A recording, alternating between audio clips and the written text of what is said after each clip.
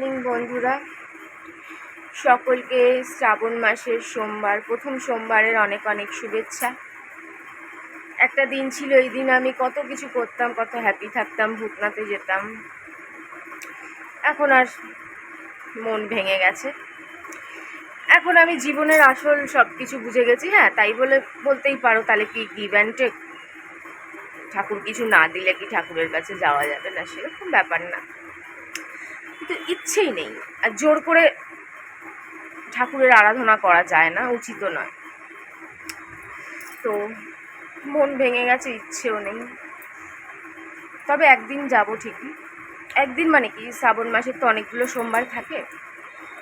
কোনো মাসে কোনোবার 3টে পড়ে, কোনোবার 4টে পড়ে, এরকম থাকে।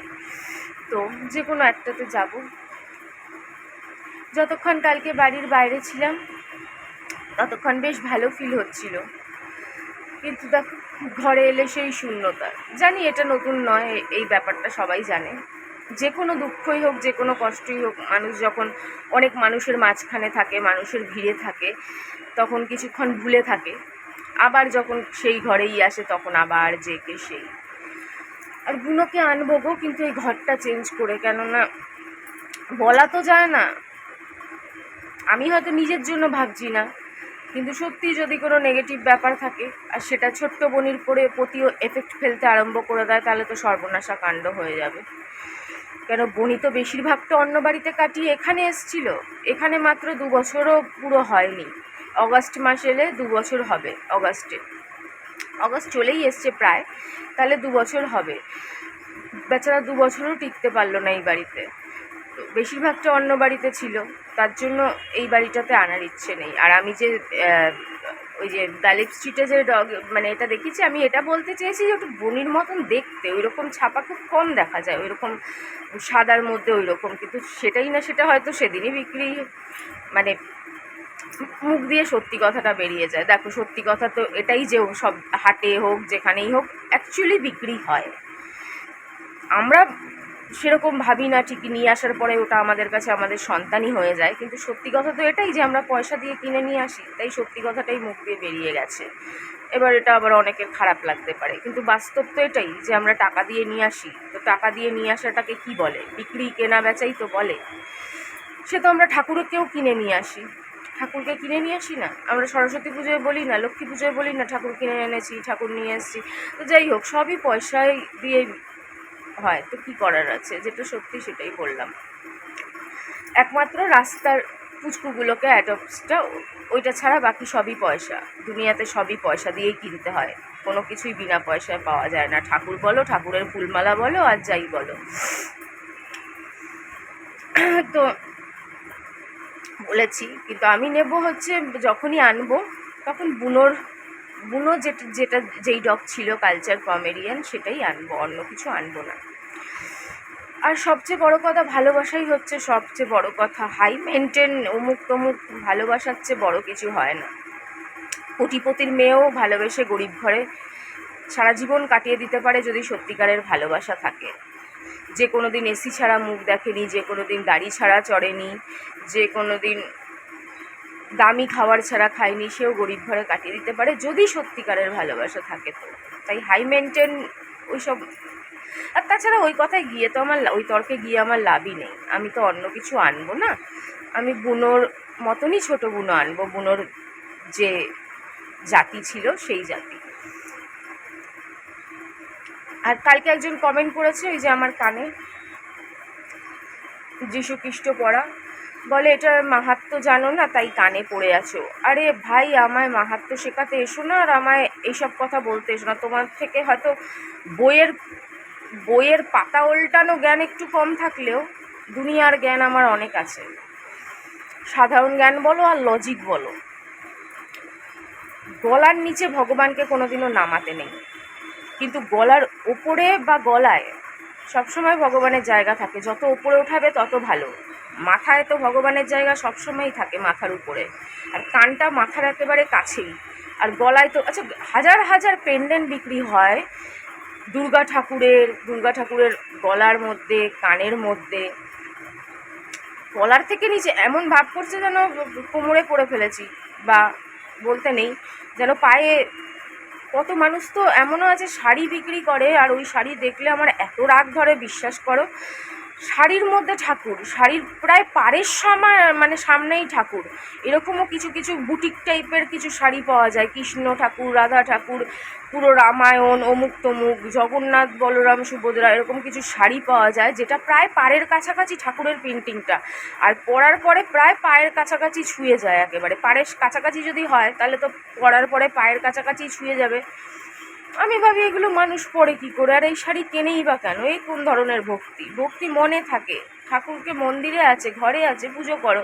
শাড়ি পরলেই কি ভক্তি দেখানো হয়ে যাবে? ও শাড়ি তো ঠাকুরের, যেখানে ইচ্ছে বসছি, যেখানে বসে পড়ছি পায়ের কাছাকাছি পৌঁছে যাচ্ছে।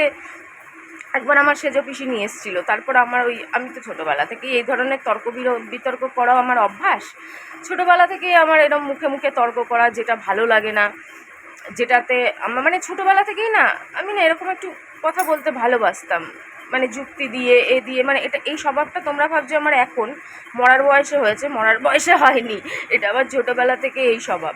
তো এরকম বলার পরে পিসি না রিয়েলাইজ করলো যে হ্যাঁ না, কথাটা তো আমি ভুল বলিনি। আমার পিসি আবার ঠাকুমা কিরম ছিল বলো তো, যুক্তি দিয়ে কোনো কথা যদি বুঝিয়ে বলো না, তাহলে না আবার বোঝার চেষ্টা করতো, সবসময় যে উড়িয়ে দিত তা না। তো বললো হ্যাঁ কথাটা তো ঠিকই বলেছি। তারপর আর পিসি ওটা পড়েনি, ওটা রেখেই দিয়েছিল, সেই রাখাই ছিল, এখনও হয়তো ওটা রাখাই রয়েছে ট্রাঙ্কে, কত জিনিস তো রাখাই রয়ে গেছে, পিসি তো হাতও দেয়নি, ঠাকুমাও পড়তে পারেনি। আর ঠাকুমা চলে যাওয়ার পরে তো পিসি আস্তে আস্তে পাগল হয়ে গেল, কিছু হয়তো পড়াই হয়নি। আজব আজব কথা কোথা থেকে নিয়ে আসে ভগবান জানে। ভাই ভগবান নিজেও এত পাগলামো পছন্দ করে না, ভগবান দেখে মানুষের মনটা কীরকম, মনটা পরিষ্কার থাকলেই সব পরিষ্কার, ভগবান খুশি। মনের মধ্যে একগাদা পাপ আর 101টা নিয়ম কানুন শোনানো, এর কোনো মানে হয় না। যাই হোক, আর কি বলবো বলো, তোমাদের সাথে একটু বকবক যতক্ষণ করি ততক্ষণ ঠিক লাগে। বুনোর বাবা ঘরে থাকলে একটু বকবক করলে ঠিক লাগে। কালকে রাস্তায় গিয়ে দেখলাম ঠিক ফিল লাগলো, তারপর দেখ আবার সেই ওই দিকে মন চলে যাচ্ছে, বারবার ফটোর দিকে দেখছি, পাগলের মতন একা একা কথা বলছি। বুঝে গেছি জানো তো, এ সহজে ভোলা যাবে না, ভোলা যায়ও না। চলো আমরা পেরিয়ে গেছি, আমরা ওই অটো করে যাচ্ছি না, একেবারে বুক করে নিয়েছি ই অটো, কি বলে ই অটো না কি অটো, যাই হোক ওইটা বুক করে নিয়েছি, একবারে বাড়ি থেকে যাচ্ছি।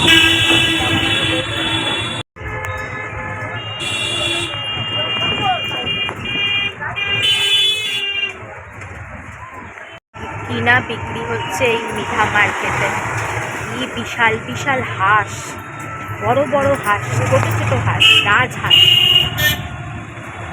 খারাপ লাগে হাঁসগুলো, বলবে মুরগি খারাপ লাগে না, হাঁস খারাপ লাগে, যেটা ছোটবেলা থেকে ফুড হ্যাবিট, কিন্তু চোখের সামনে দেখলে সবই খারাপ লাগে। হাঁসটা একটু বেশি খারাপ লাগে, হাঁসটা তো আমরা সরস্বতী ঠাকুরের বাবা। হলো বাবা গো, চলে এসেছি ওই যে বাবা, দুটো আইসক্রিমের দোকান আছে, আশেপাশে কোনো চায়ের দোকান নাই, কিছু নাই, যেন লোকে আইসক্রিম খাবে। নজরুল তীর্থ, এখানে তো টিকিটের দাম অনেক কম নিয়েছে, 99 টাকা করে, আর ট্যাক্সের টাকা 50 টাকা, মানে 250 টাকা। কিন্তু হলে কি হবে, খাবারের দাম আগে কম ছিল, প্রথম যখন প্রথম যখন বৈষ্ণবীকে নিয়ে এসেছিলাম তখন খাওয়ার দাম অনেক কম ছিল, এখন খাওয়ার দাম অনেকটা বেশি হয়ে গেছে। দোকান তো বন্ধুরা জানো, এখানে কোথাও চায়ের দোকান খুঁজে পাওয়া যায় না, আগে আছে একটু এগিয়ে অনেক খাওয়ার দোকান সবই আছে, কিন্তু একটু হাঁটতে লাগে, তাই হেঁটে যাচ্ছি 1 আর ওটা মনে হয় 2। তো এখানে তো সবই আছে, চা, momo, fried rice, chilli chicken, biryani, যা যা চাই সেই মনে আছে। সেকেন্ড চ্যানেলে একবার ভিডিও করতে এসেছিলাম, খাওয়ার ভিডিও। বুনোর বাবা দাঁড়িয়ে পড়েছে, আমিও দাঁড়িয়ে পড়েছি, দাঁড়ানোর দরকার ছিল না। এখান থেকে চা টা খাই, আর দেখা যাবে কিকটা যদি ভেতরে কিছু খাওয়ায় তো খাওয়ালো, না খাওয়ালে না খাওয়ালো। মিষ্টিও নাই, মিষ্টি মিষ্টি খেতে ভালো লাগে।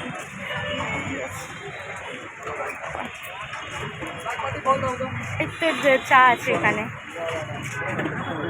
চা লিট্টিগুলি ভালো। তো আগে চল, আগে চল, এখানে খাবি না, আগে চল।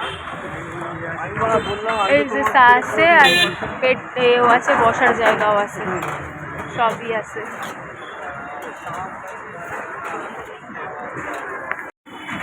চা বিস্কুট খাচ্ছি, বুনোর বাবা বই বলো, বুনোর বাবা বসে বসে খাচ্ছে চা।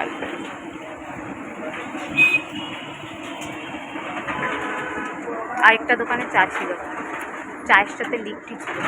আমি খুব ভালোবাসি লিট্টি খেতে, ওই চায়ের দোকানে যাইনি যদি লিট্টি খেতে চাই, সে আমি আমার পয়সা দিয়েও খেতে পারতাম। ইচ্ছা নাই, মন ভালো নাই। বুনোর বাবা বলছে পুরো বই দেখবো না, তাহলে গেট বন্ধ হয়ে যাবে। ডাল পকোড়ি খাবো, ডাল পকোড়ি। বুনোর বাবা ডাল পকোড়ি খাওয়াতে সন্ধ্যায়। ভেতরে কিছু খাবার কথা ভাবা যাবে না, যদি সস্তা হয় তাহলে ভাবা যাবে, দামি হলে ভাবা যাবে না। ডাল পকোড়ি খাই।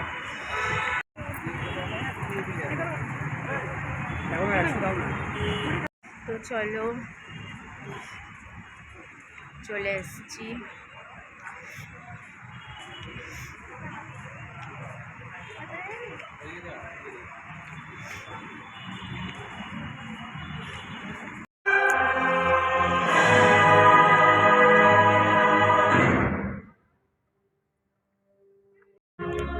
দুজনে বসে পড়েছি। আমাদের সিট নাম্বার কত জানো? 3, 4। আমার ফেভারিট 3 আর 4। আমরা হলে ঢুইক্কা গেছি, ঢুইক্কা গিয়া দেখি সবাই ঝাড়পোছ দিতেছে হলের ভিতরে, হল শূন্য, বই শেষ হয়েছে। তারপরে সবার আগে আমরাই ঢুইক্কা পড়ছি। তো আমাকে আবার জিজ্ঞেস করতে আসে যে আপনারা কি এক্সিট নাকি এন্ট্রি? আমরা কইলাম এন্ট্রি, এক্সিট না। বাবাকে বলছি যে দেখ, ভদ্রলোকেরা ডাব্বা ভরে ভরে পপকর্ন নিয়ে ঢুকেছে, আর তুই গালি কেন? গান চলতেছিল বলে আমি ভয়েস কভার দিলাম, মানে মিউজিক চলতেছিল, শেষের মিউজিক।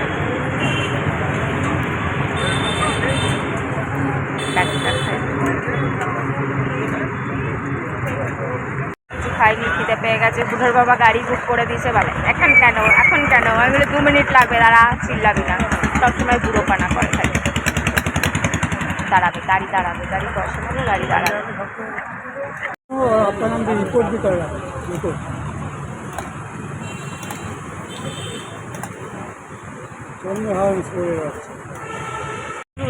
একটা গাড়ি বুকিং নিল, আবার ক্যান্সেল করলো, আবার আরেকটা বুকিং করছে। দাঁড়ায় আসি, আসার আর নাম নেয় না। আর এখান থেকে তারা কেউ যাবে মিধা মার্কেট অবধি, কেউ যাবে অত অবধি, কেউ যাবে তত অবধি, পুরাপুরি কেউ যাবে না। আবার পুরাপুরি গেলে চায় 150 টাকা, 200 টাকা, যে যার মতন চাইতেছে। আসার সময় কত লাগছে জানো? 85 টাকা না কত। নিজের বাড়িতে এমন ঢুকতে হয় যেন চোর, তাও আবার 10:30, সারা রাস্তায় লোকজন। কোন নিয়ম ভাই, মাথায় আসে না আমার। পৃথিবীতে এত বড় বড় বাড়িতে থেকেছি, পৃথিবীতে না, কিন্তু এইরকম নিয়ম বাপের জন্মে শুনিও নাই, দেখিও না।